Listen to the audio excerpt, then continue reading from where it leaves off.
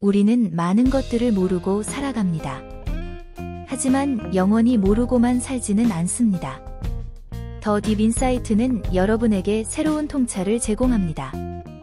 이 영상에서 우리는 어떤 인사이트를 얻을까요? 오늘의 딥 인사이트. 돈에 대해 알아봅시다.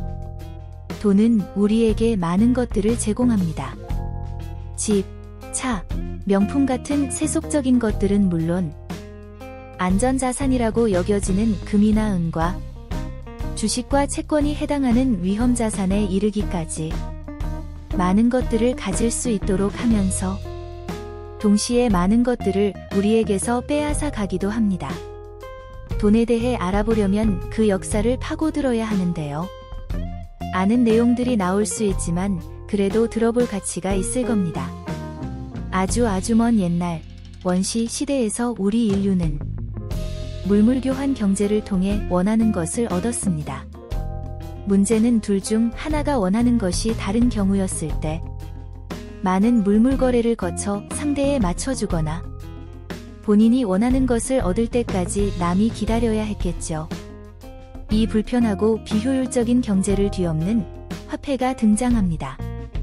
초기 화폐는 면으로 된 달러 지폐나 주조 기술을 요하는 동전은 아니었죠.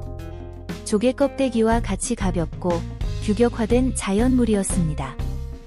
예를 들어 조개 껍데기 10개의 고기를 팔고 그중 3개로 포켓몬 카드를 사는 식으로요. 농담입니다. 그 시대엔 포켓몬 카드는 없었겠지요. 하지만 이런 자연물 화폐는 문제가 많았죠. 내구성이 약하고 위조가 너무 쉬웠습니다. 시간이 흐른 뒤 금은 이런 단점을 극복한 화폐로 자리매김합니다. 이 가치는 시간과 공간의 제약 없이 계속 존재하죠. 현재까지는 전 세계에서 그 가치를 인정합니다. 하지만 금은 너무나도 큰 단점이 존재하죠. 무거워서 많이 들고 다니기조차 힘들었습니다. 하지만 그 당시 많은 금을 가진 사람은 그만큼 신용이 있었습니다.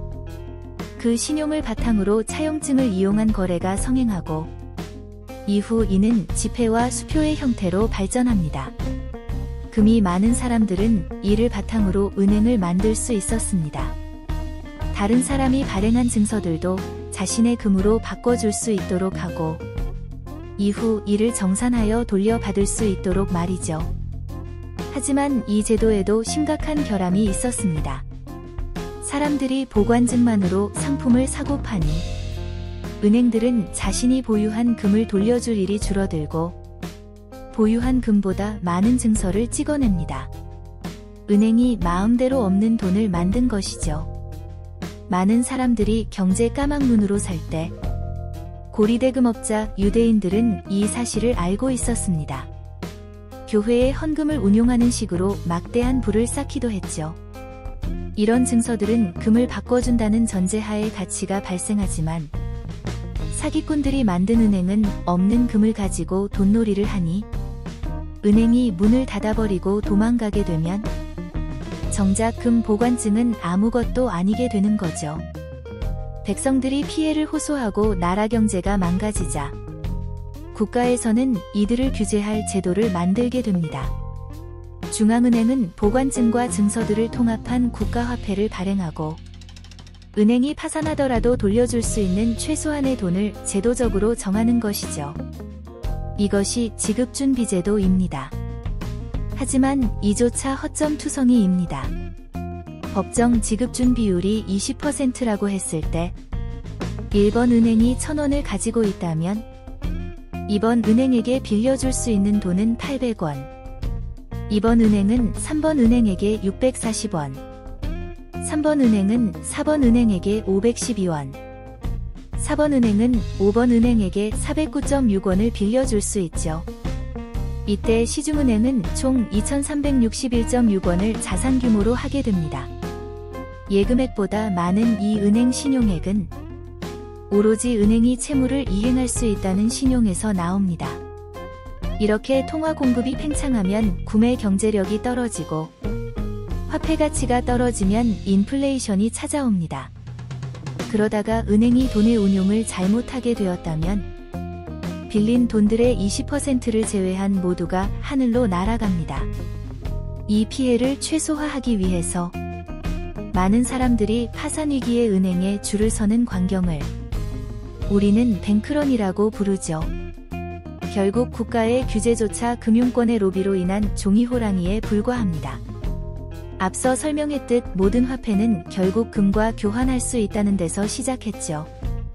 이걸 굳이 또 어려운 말로 금본위제라고 불렀습니다. 아무튼 금 보유량은 곧 경제력의 상징이며 실제로 그렇죠. 당연하게도 미국이 금을 가장 많이 가진 나라입니다. 풍부한 자원을 가진 미국은 금의 축복조차도 받아버렸죠. 그것뿐 아니라 전쟁 배상금과 연합국 전쟁 비용 결제 대금을 통해 미국은 전 세계 금 보유량의 70%를 가지게 됩니다. 1944년 미국은 브레튼 우즈의 마운트 워싱턴 호텔에서 전 세계 44개국에게 금은 앞으로 달러로만 결제하도록 하였죠. 달러 금본위제. 브레튼 우즈 체제의 시작이었습니다. 타국의 화폐들이 금으로 교환되려면 미국 달러로 먼저 교환하고 이후에 금 1온스당 35달러 고정으로 결제하게 됩니다. 미국은 이 체제를 꽤나 안정적으로 유지하는 듯 보였습니다. 문제는 2차 대전 이후 냉전이었습니다. 한국 전쟁과 베트남 전쟁, 아폴로 계획 등 미국은 냉전에 엄청난 비용을 지불했죠. 이 비용을 충당하기 위해 미국은 엄청난 양의 달러를 찍게 되죠. 다른 나라가 달러를 가져와 금을 요구해도 미국은 이 요구를 금방 들어주지도 못했습니다.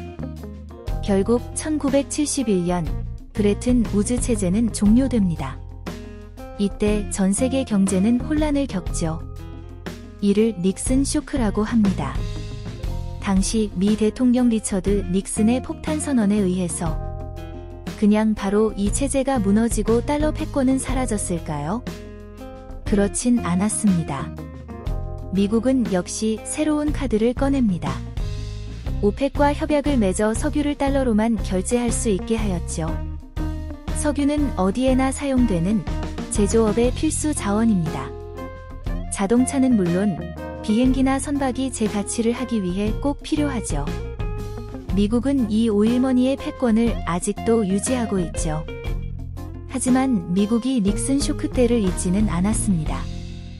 미국은 그냥 막 달러를 찍어내지는 않았고 찍어낸 달러로 미국 채권을 사서 정부에 돈을 주게 되죠.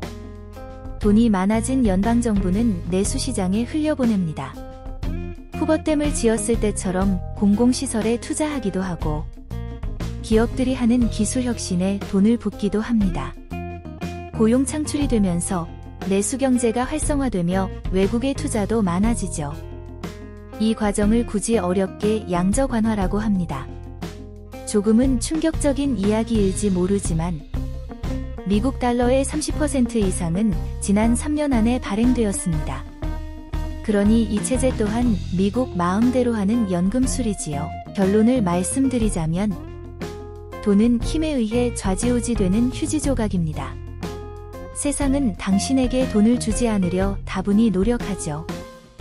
더 딥 인사이트였습니다. 구독으로 매일 새로운 인사이트를 얻을 수 있습니다. 영상 시청에 감사드립니다.